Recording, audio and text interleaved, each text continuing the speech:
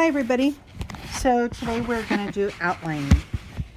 And this is really major because for your two speeches, your informative and for your persuasive, you need to turn into me a speech plan. This is your formal outline. It is an outline, and by no means do you write a paper. It is not a paper. It goes in outline format. This is not the same as your speaking outline. Your speaking outline goes on note cards, so to speak, although a lot of people don't have access to note cards right now, and I'm totally fine with that. But what I want to do right now is talk to you about the formal outline. So this is your baby. Please give it a title. That's the very first thing you're going to do. Remember, at the start of every outline, you are going to issue your GP, SP, and CI. That goes right up there at the top. Underneath your GP, SP, CI, you are going to start to write the speech. So we're going to go into the introduction. Now I've got to tell you, I'm not talking about the introduction right now. It would be an extremely long, boring lecture. We're going to do the introduction in a day or two. But for now, I just want to focus on outlining. We're going to learn the 4 to 5 parts of an intro later. But what I do want to mark is the following. You're going to have transitions, and I'm going to squiggle them in blue. And we're going to get back to those momentarily. If you notice, when we did our GP, SP, CI activity, I kind of did little outlining in Roman numerals. Roman numerals are your friends. Main points are always done in Roman numeral. We are never going to write 1, 2, 3. That's a no-no. There is no writing of 1, 2, 3. It is all Roman numeral. 1, 2, 3, 4. Okay, and 5 if you need it. But I doubt any of you are going to hit the 5 mark. So your main points are always denoted in Roman numeral again. Always Roman numeral on those suckers. Okay? Now, a lot of students are like, Wargs, how many main points do we need? And here is a rule of thumb. Ready? If you're giving a 5 to 7 minute speech, and these two that you're giving in class are 5 to 7 minutes. If you are giving a 5 to 7 minute speech, then you're rolling with anywhere from 3 to 4 main points found within the body of your speech. If you're giving a 3 to 5 minute speech, then you're rolling anywhere from, and it really depends, you're rolling anywhere from 2 to 3 main points within the speech. But this one would be done for an introduction speech where you introduce yourself, but your persuasive and your informative speeches really are going to roll on the 5 to 7 minute time frame. I'm not done yet. I want to clean my board. So we know that Roman numerals take care of the main points. But then underneath the main points, and we're going to get into there. I wish I had an Etch-a-Sketch if you knew what that was. Some of my older students know what an Etch-a-Sketch is. Anyway, if main points are denoted in Roman numeral, then sub-points are in capital letters. A, B, C, D. The job of a subpoint is to back up the main point. A lot of you learned how to write this. You learned how to write main points, concrete details, supporting material. Concrete details, supporting material, this is it. If you haven't noticed, public speaking grew out of the English department. So we were part of the English department until the 1920s. And then we broke from the English department, and then we started in a lot of the universities and colleges to form communication studies departments or speech studies or speech communication departments. So we are rooted in English, and I think this is where I kind of excel because I'm an English teacher in the high school level or realm, and so my life deals constantly with writing and speaking. You know, it's not something that I'm gonna lose, which is kind of nice. So A's and B's are your subpoints. If you notice underneath the subpoint, we have sub-subpoints. Now, it's the sub-subpoints that are marked with 1, 2, 3, 4, 5. Those are your traditional numbers that we know. It's a sub-subpoint's job to back up the subpoint claim. But I do want to talk about something very important, which I think a lot of people fail to do. We need to have what is referred to as a buddy system in outlining. That is the proper way to outline. If you have an A, you must have a B. Then you can have C, D, E, whatever you want. Part of the buddy system exists with sub-points as well. If you have a 1, you need to have a 2, and you can have a 3. But the key is, if you have an A, you need a B. If you have a 1, you need a 2. It's kind of like when you were kids, if you went to school in the United States and you went on a field trip and your teacher always gave you a partner, you had your buddy system. So you were always together. You did not stand alone. Same thing here, folks. Notice how these are not standing alone. There's a 1, 2, and a 3, and a 1 and a 2. Same thing up here. You have an A and a B and a C, and an A and a B. This is the buddy system. Okay? So the buddy system is very important. Just don't give me like for an example, you can't just give me Roman numeral number 1, A, period. Roman numeral number 2. Oh, no, no, no. No, can't stand alone. If you have an A, you need a B. It is the buddy system. That's really important, guys. Totally, totally important. Now I'm going to go into Etch-a-Sketch mode, clear this off. Do. All right. Remember I said we were going to get back to, and I squiggly lined all these things in blue. Transitions. Well, transitions are really important. Transitions are, Transitions are the glue that keeps your speech together.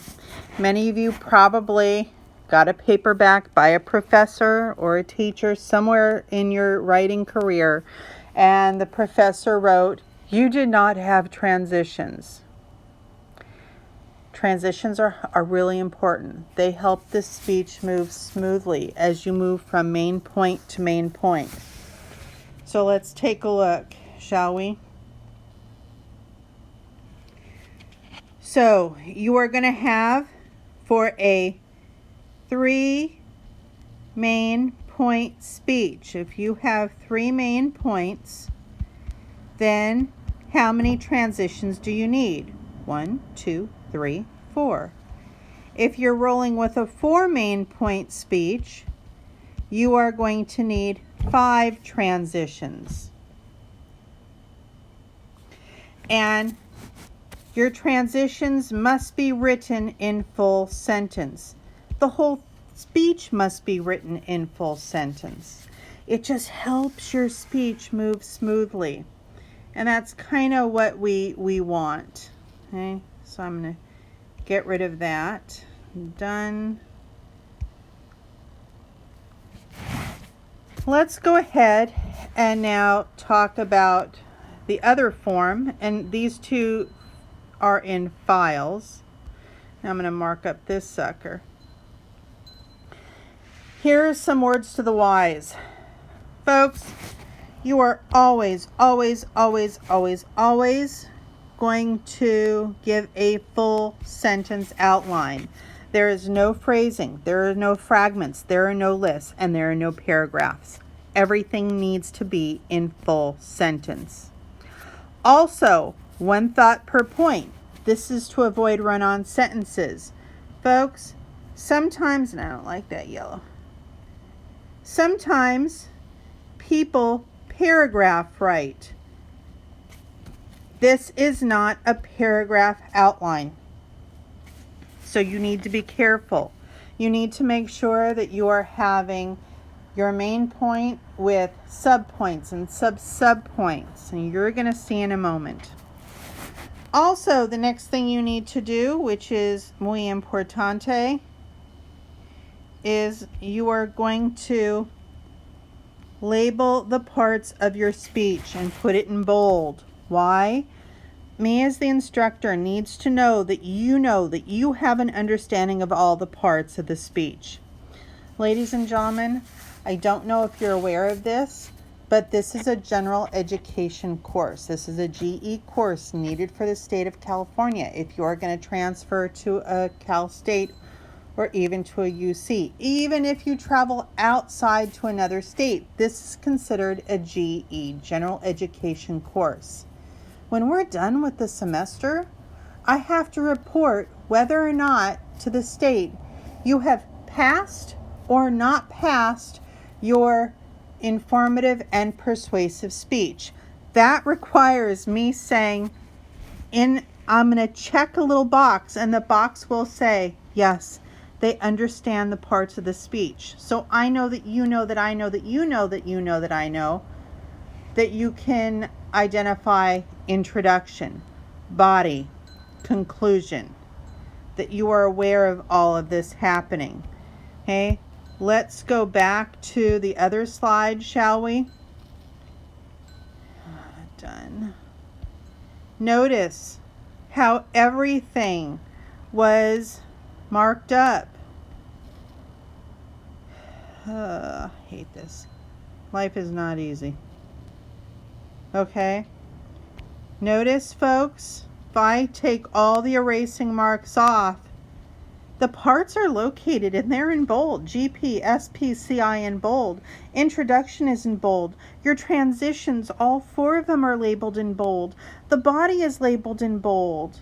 The conclusion is labeled in bold. So I know that you understand the parts. Okay. I'm over that. Also, remember the buddy system. Okay? If you have an A, you need a B. If you have a 1, you need a 2. And folks, the wonderful thing is it can come in any combination. I love that it can do that. Again, it can come in any combination. You can have I have to have an eraser. You can have an A, a 1, a 2, a 3, a B, a 1, a 2, a C, a D, a 1, a 2, a 3, a 4. In any combination, which is really nice. It gives you freedom of writing. Okay.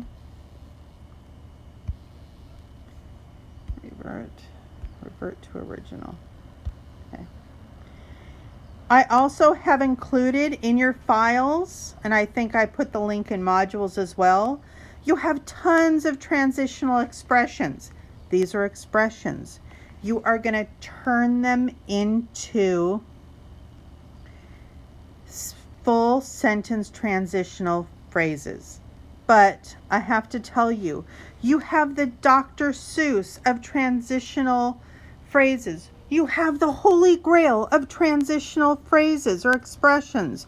Oh, I mean, this is holy. So I don't want to see what I call sea level. And I'm going to edit this for a second. I'm going to mark up. I don't want to see what I call sea level transition, because I'll give you C's if you use this. First, second, third, finally, and in conclusion. Why give me those when you can use other ones like therefore, accordingly, likewise, for this purpose, over there, beyond, in other words, in fact, for example, right? And then my favorite ones.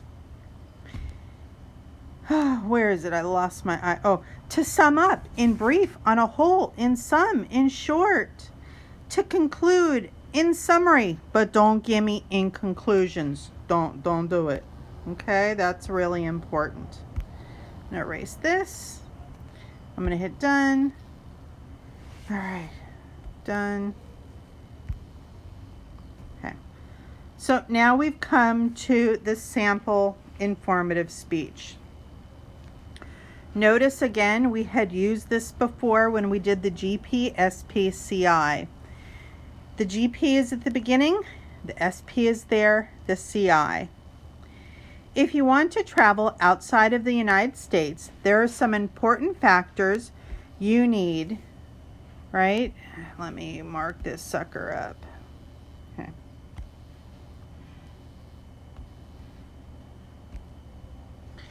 So here are, okay, if you want to travel outside of the United States, there's some important factors you need to do in order to make the trip a success. Apply for a passport, Roman numeral number 1. This is looking really good, folks. Right? Book your transportation. That's Roman numeral number 2. Make a hotel reservation. That's Roman numeral number 3. And have a plan. This is Roman numeral number 4. This is a 5 to 7 minute speech. This was given by one of my students. After the introduction is done, then the student rolls into the transition right here. The very first aspect you will need if you wish to travel outside of the United States is a passport. That is beautiful, because the very first, and you're going to need a passport, so we know we are getting ready to gear up to that Roman numeral number 1. Done. Done. Here we go. Notice the body is marked.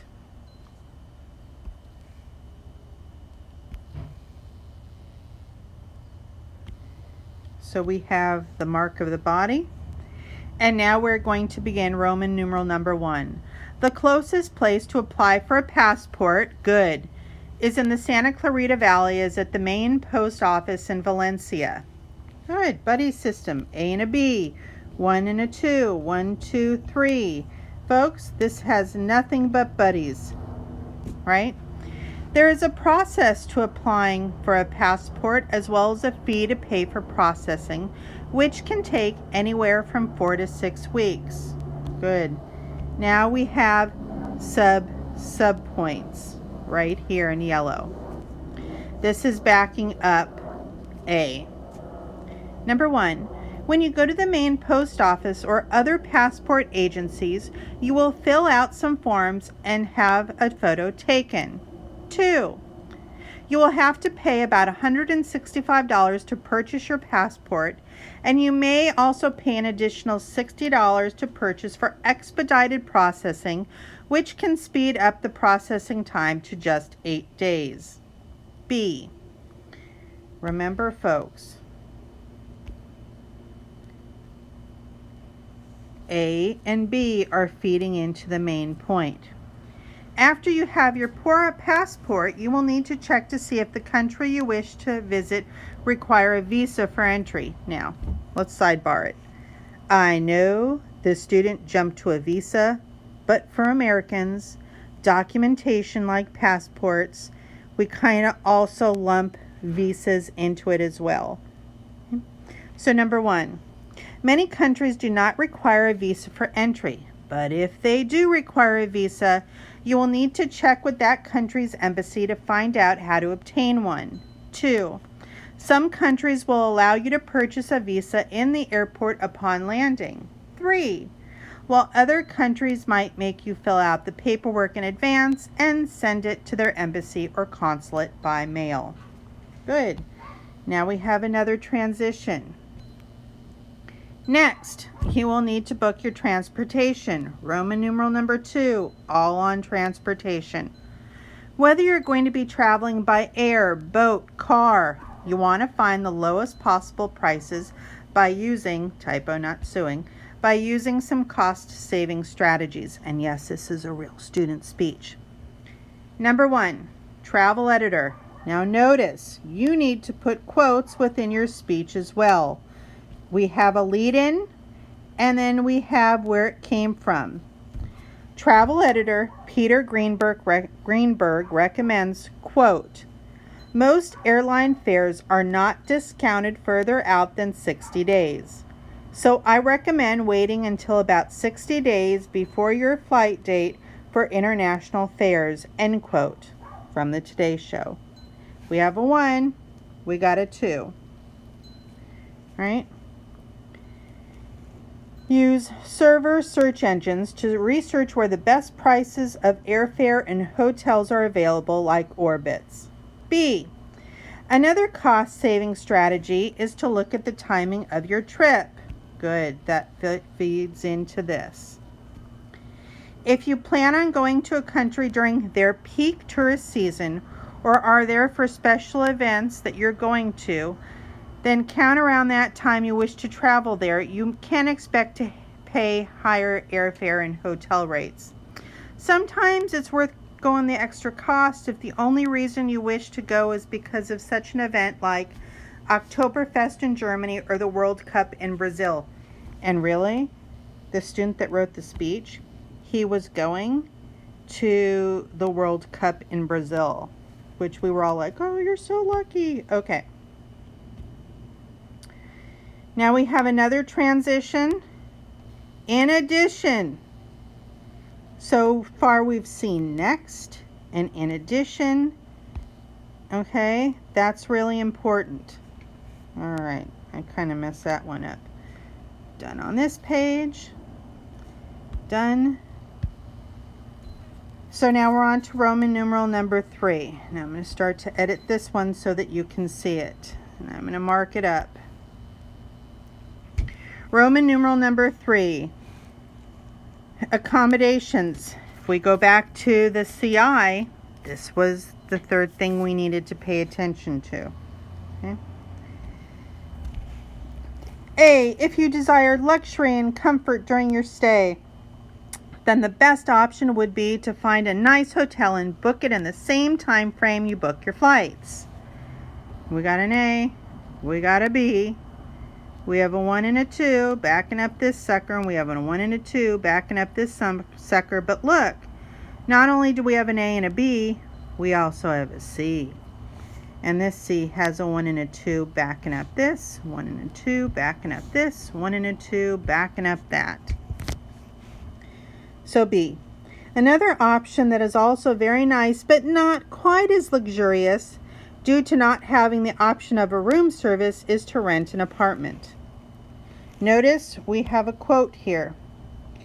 Airbnb.com is a website where owners can advertise their property to travelers. A description, here's the quote, sorry folks. The description of Airbnb by Crunchbase.com states, that was the lead-in, now you're going to give me the quote. Never give me a floating quote, always with a lead-in. Quote, Airbnb is a community marketplace for people to list, discover, and book unique spaces around the world through mobile phones or the internet. Whether an apartment for a night, a castle for a week, or a villa for a month, Airbnb connects people to unique travel experiences at any price point. That was from Travel Tips. C. One last option for the adventurous and outgoing traveler is to stay at a hostel. 1 and 2.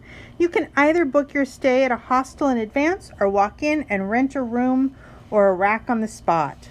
2. Hostels are generally the cheapest way to go and offer you the opportunity to meet other travelers in their community areas and share dorm-style rooms. Well, guess what? Another main point. So now we have another transition. The last aspect, good, letting us know we've arrived at the last main point. The last aspect you need in order to have a successful trip outside of the United States is to have a plan. Roman numeral number 4 was your plan. Your plan can be as detailed or as open as you want it to be, but some sort of plan is needed to ensure your trip is successful. A. If you know you want to stop and see certain monuments, museums, or sites, make sure to research the best way to get there, hours of operation, and prices. You can check on the internet for the general information of the site you wish to visit. 2.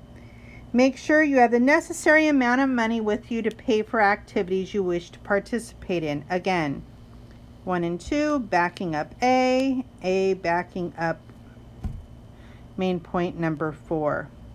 Done on this. Done. And we're on to the last page. And I'm going to edit this so we can work together on it.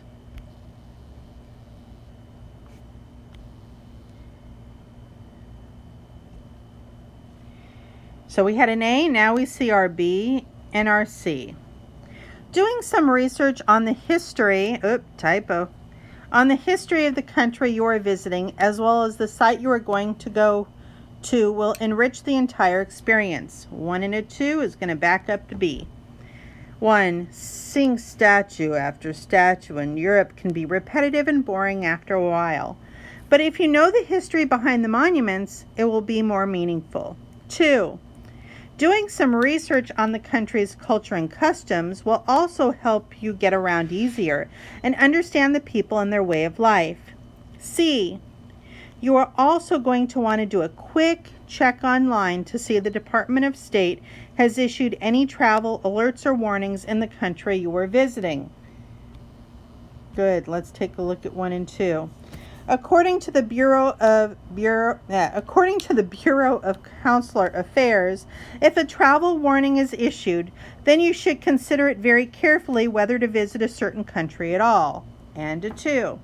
You should also check the crime rate and see areas to avoid in certain countries. Oh my gosh, I should go look online to see the Consular Affairs for the United States to see all the warnings because of our BLM protests right now, and probably due to COVID-19 as well. And I'm sure a lot of countries have COVID-19 alerts. Summation. Here we go. Transition to the end. Full sentence. In summation, we're not looking at in conclusion. It's in summation, traveling outside of the United States can seem out of reach for many people, but anybody can do it with some time and proper planning. And now we get into the conclusion. It is bold, and we will be hitting the conclusion in a day or two. I don't want to do that because this is so much information. Okay. So, as you can see, there is a lot to cover. Let's go back to this one. Folks, we have talked about the GPSPCI. In a day or two, we're going to do introductions and conclusions. We're not going to touch that yet. I'm going to mark that up one more time. So we are not going to do introductions. Didn't give me the one I wanted. We're not going to do introductions and conclusions until next time. We then talked and looked at the various transitions. We saw that this is a full sentence outline. There is no paragraphing. We also said, wow, this is not a paper. This is a special outline format. And this is your outlining. The next video clip, I'm going to talk about what goes on your note cards, because you cannot read your speech plan. That's a no-no. All right, folks. The neighbor dogs are going psycho crazy barking, so I'm going to stop.